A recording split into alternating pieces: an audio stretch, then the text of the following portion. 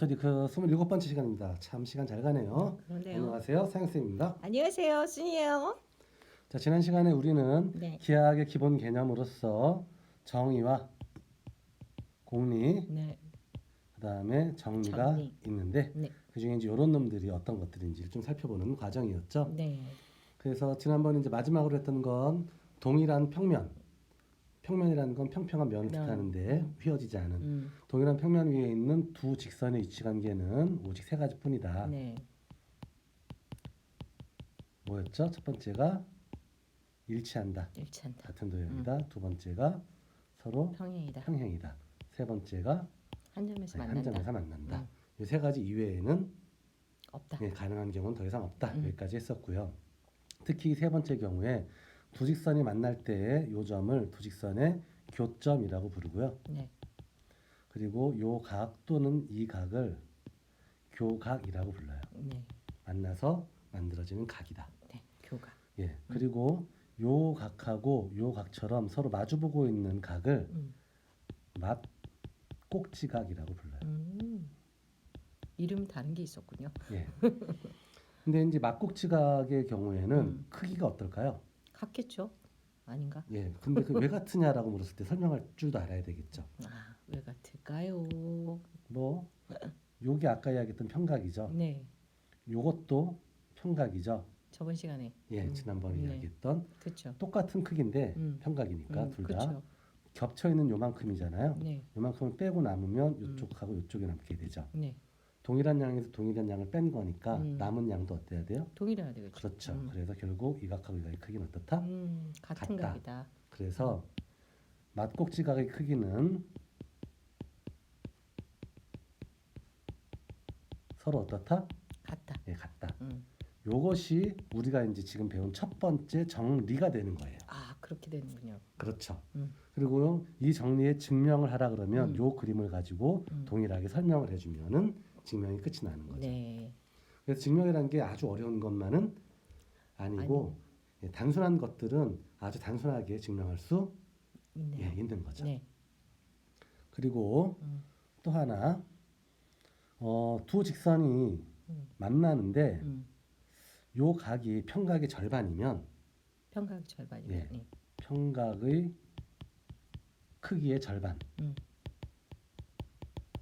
인 각을 뭐라고 하냐면 직각이라고 불러요. 네. 여러분들은 아마 순도 마찬가지지만 90도라고 알고 있을 거예요. 그렇죠. 180도의 절반이니까. 근데 이것은 전에도 이야기했듯이 단위는 디그리가 아니라 다른 단위로 했을 때는 크기가 또 다르게 표현되어지는 거니까 네. 우리가 일반적으로 표현할 때는 평각이란 말, 직각이란 말을 더 많이 쓰는 겁니다. 네. 특히 여기가 직각일 때를 이렇게 네모나게 표시하기로 약속을 하는 거예요. 많이 봤죠. 예. 그래서 두 직선이 서로 이때는 직교한다라고 표현합니다. 별거 아니라 교가 교차한다, 만난다는 뜻이고 직은 수직으로 만난다는 뜻이에요. 그래서 수직으로 만날 때 직교한다라고 표현하는 겁니다. 직교한다. 예. 또 하나, 네. 이건 사실상 약간의 공리가 같이 섞여 있는 표현인데 직선이 있고 직선 바깥에 한 점이 있다라고 가정을 해보죠. 이 점에서 이 직선까지의 최단 거리는 어떻게 그어야지 최단 거리가 될까요? 그러니까 요 점을 택했을 때의 거리는 이게 될 거고 그렇죠. 요 점을 택했을 때의 거리는 이게 되겠죠. 네. 그래서 이 직선이 어떤 점을 택하느냐에 따라서 이 점까지 떨어진 거리는 계속 달라지는데 네. 그 거리 중에 제일 짧을 때는 눈으로 봐도 직선이겠죠. 그냥 직선이 직각. 아니라 그렇죠. 여기가 직교하게 내렸을 때 제일 짧게. 네, 짧을 것이다. 그래서 이때 이 점을 뭐라고 하냐면 요 점을 P라고 할게요. 포인트니까 이 직선 라인이니까 L이라고 할게요. 점 P에서 직선 L에 내린 수선의 발 제일 아래쪽에 있으니까 이라고 불러요. 그래서 점과 직선 사이의 최단 거리를 만들려면 주어진 점의 직선에 수직선을 그으면 되고 그때 수직선과 만나는 교점을 뭐라고 하냐면 그 점에서 직선에 내린 수선의 발이라고 부르는 거예요. 뭐 어려운 건 아니죠, 그죠? 머리라고 하면 이상하잖아요. 수선의 머리라고 하면 이상하니까 아래쪽에 있으니까 수선의 발이라고 부르자. 뭐 이런 이야기를 하는 거죠. 그렇죠. 그리고 지난번에 네. 서로 다른 두 점은 직선을 결정한다 그랬잖아요. 네. 그때 제가 하나 빼먹은 게 있는데 음. 그러면 두 점 AB에 의해서 직선이 하나 결정되었을 때 네. 이 직선을 이렇게 표현하기로 약속을 했었죠. 그죠? 그쵸. 그때 이 직선의 일부분 A점부터 B점까지 잘라낸 요것을 선분 선. AB라고 불렀죠. 네. 그럼 퀴즈. 음. A에서 B까지 제일 가까운 거리가 이 선분 AB의 길이랑 어떨까요? 같겠죠. 그렇죠. 음. 이 선분이 아니면 무조건 어떻게 되니까 돌아가게 되겠죠. 그죠? 이거 무슨 말이죠? A에서 B까지 직선으로 가는 게 아니면 음. 다른 경로를 내가 취하게 되면 음. 무조건 이 경로보다는 길이가 더 더 길어지죠. 길어진다는 거예요. 네. 이해됩니까? 네. 그래서 선분 AB는 음. 점 A와 점 B 사이의 어떤 거리다? 최단 거리다. 단 거리다 음. 라고 인정을 하는 겁니다. 이해되죠? 네. 그래서 이제 우리가 바로 알 수 있는 게 음. 세 개의 변으로 이루어진 닫혀있는 도형을 삼각형이라고 불러요. 네. 그러면 어떠한 삼각형을 그리건 음. 두 변의 길이인 AB에다가 AC를 더한 것은 BC 길이보다 어떨까요? 더 BA 짧죠. 더하기 CA니까 BC보다 무조건 길어야죠. 그렇죠. 그래서 이게 항상 음. 성립하는 거예요.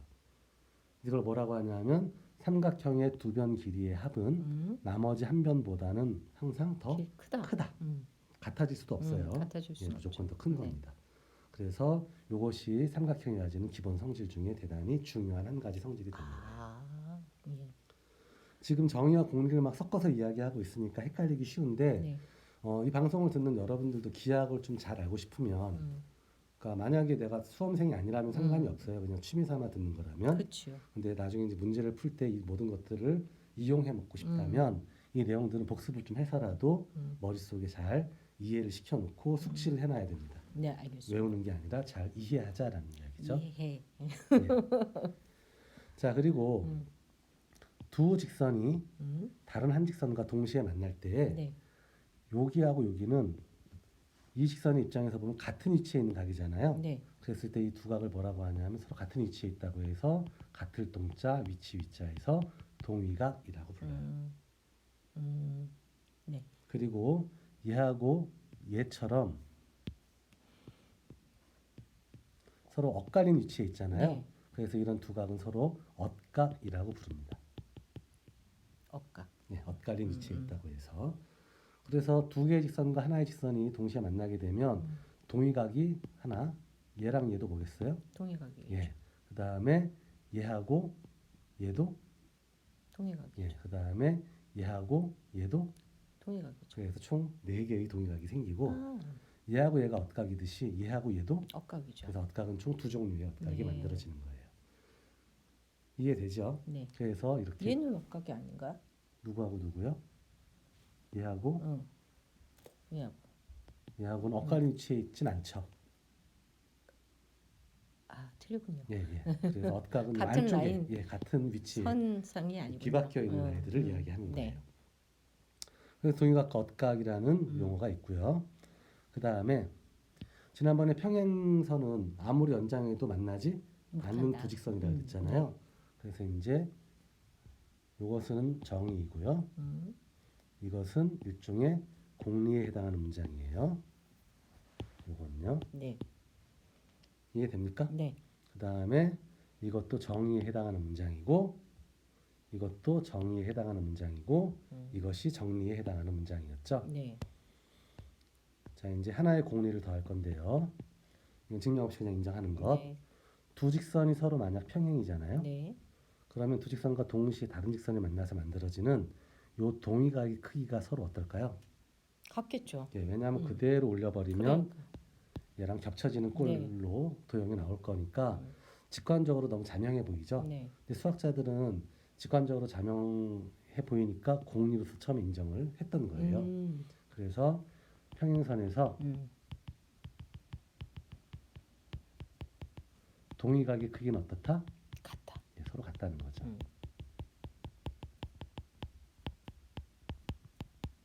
이것이 이제 첫 번째 공리라면 공리에서 파생되어지는 하나의 정리가 바로 뭐냐 하면 아까 얘하고 얘는 무슨 각이라 그랬어요? 억각이요. 아니죠. 마주 보니까 아, 동의 맞꼭지각이라 그랬죠. 막지각. 맞꼭지각의 크기는 서로 어떻게 그랬습니까? 같겠죠. 그러면 얘하고 얘가 같고 얘하고 얘가 같으니까 얘하고 얘도 어때야 돼요? 같아야죠. 예, 그래서 평행선의 경우에는 음. 엇각의 크기도 서로 어떻다? 같다. 예, 같다. 음.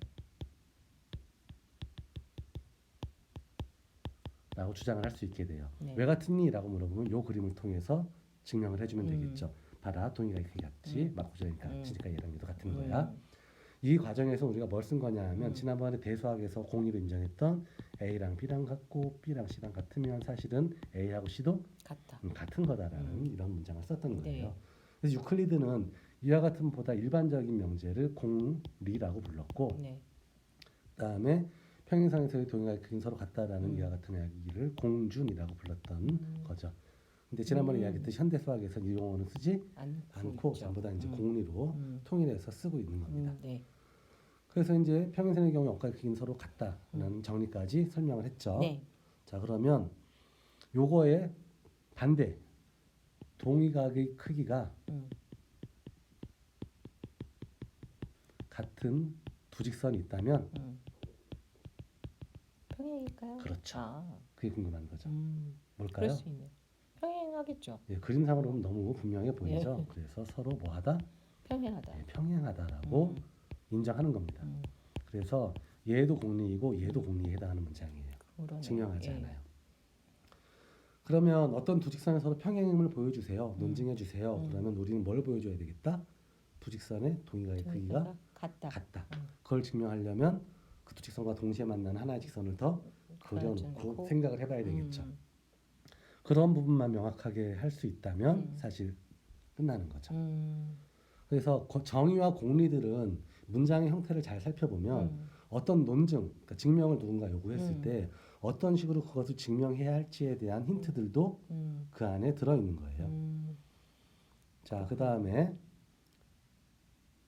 한 평면에서 여러 개의 선분으로 둘러싸인 도형을 다각형이라고 합니다. 무슨 말일까요? 여러 개의 선분으로 선분으로. 둘러싸인 도형.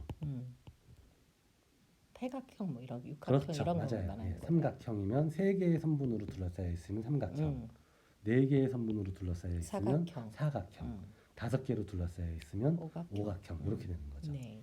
그래서 다각형은 여러 개의 선분으로 둘러싸인 도형을 이야기하고 네. 변의 개수가 n 개면 걔를 n각형이라고 부르는 거죠. N은 세 개면 삼각형. 음. n은 몇 각형인지 우리가 특정할 수는 없으니까 그냥 지난번에도 이야기했듯이 네. 문자로 네. 표현해서 네. 일반적인 경우를 네. 나타내 준 거예요. n은 네. 어떤 자연수도 될 수? 있다. 단 이각형은 없다. 예, 없어요. 왜 그러냐면 두 개의 선분으로 둘러쌀 수가 없어요. 네. 그래서 일각형, 이각형은 없고요. 다각형은 다각형은 최소 세 세 개 개의 변을 이상의 가져야 변을 된다는 가지고 거죠. 있어야 된다. 예. 그래서 이때 n은 3 이상인 자연수라고 볼 수 있겠죠. 그러네요. 그리고 그러면 변과 변이 만나는 점들이 생기잖아요. 네. 이 점을 뭐라고 하냐면 꼭지점이라고 부르기로 약속을 한 거예요. 다각형의. 네. 그러면 변과 변이 만나는 꼭지점이 꼭지점과 꼭지점을 이은 게 변이 될 수도 있지만 꼭지점과 꼭지점을 이은 게 변이 아닐 수도 있겠죠. 이런 경우처럼. 그렇죠. 이러한 선을 뭐라고 하냐면 대각선이라고 부르기로 약속을 하는 거예요. 네. 예를 들어서 사각형은 대각선이 얘도 있지만 얘도 있겠죠. 그렇죠. 그래서 두 개의 대각선을 가지는 거고 예를 들어서 오각형은 얘도 대각선이고 얘도 대각선이고 얘도 대각선이고 얘도 대각선이고 얘도 대각선이 되죠. 네. 별이 있네요. 예, 네. 그래서 총 5개의 대각선을 가진다는 걸 알 수 있고 네. 삼각형의 경우에는 대각선이 한 개도 없어요. 없다는 것도 알 수 있죠. 이렇게 해서 대각선 꼭지점의 정의를 해줬고 다각형의 경우에 두 개의 변이 한 점에서 만나니까 이 도형을 우리는 각이라고 불렀잖아요. 네. 특히 안쪽에 있기 때문에 이러한 각을 뭐라고 하냐면 내각이라고 불러요. 네. 그 다음에 한 변의 연장선과 음. 다른 변이 이루는 이쪽 각을 외곽이라고 불러요. 네. 그럼 사각형의 경우에는 내각도 몇 개? 네 개. 네 개이고 외곽도 네 개죠. 네 개예요. 네. 왜냐하면 요것이 외곽이니까 얘는 외곽이라고 안 보나요라고 물어볼 수 있는데 네.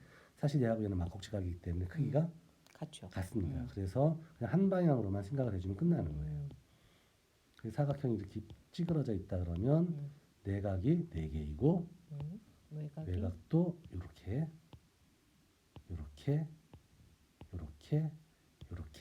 네 개가 되는 거죠. 그래서 내각과 외곽의 정의까지 살펴봤어요. 네. 자, 계속해서 좀 지루하죠. 네.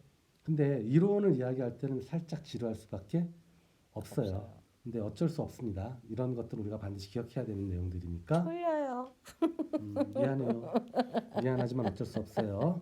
그래서 오늘 여기까지 하고요. 다음 네. 시간에 또 다른 정의들을 가지고 살펴보도록 하죠. 안녕. 안녕.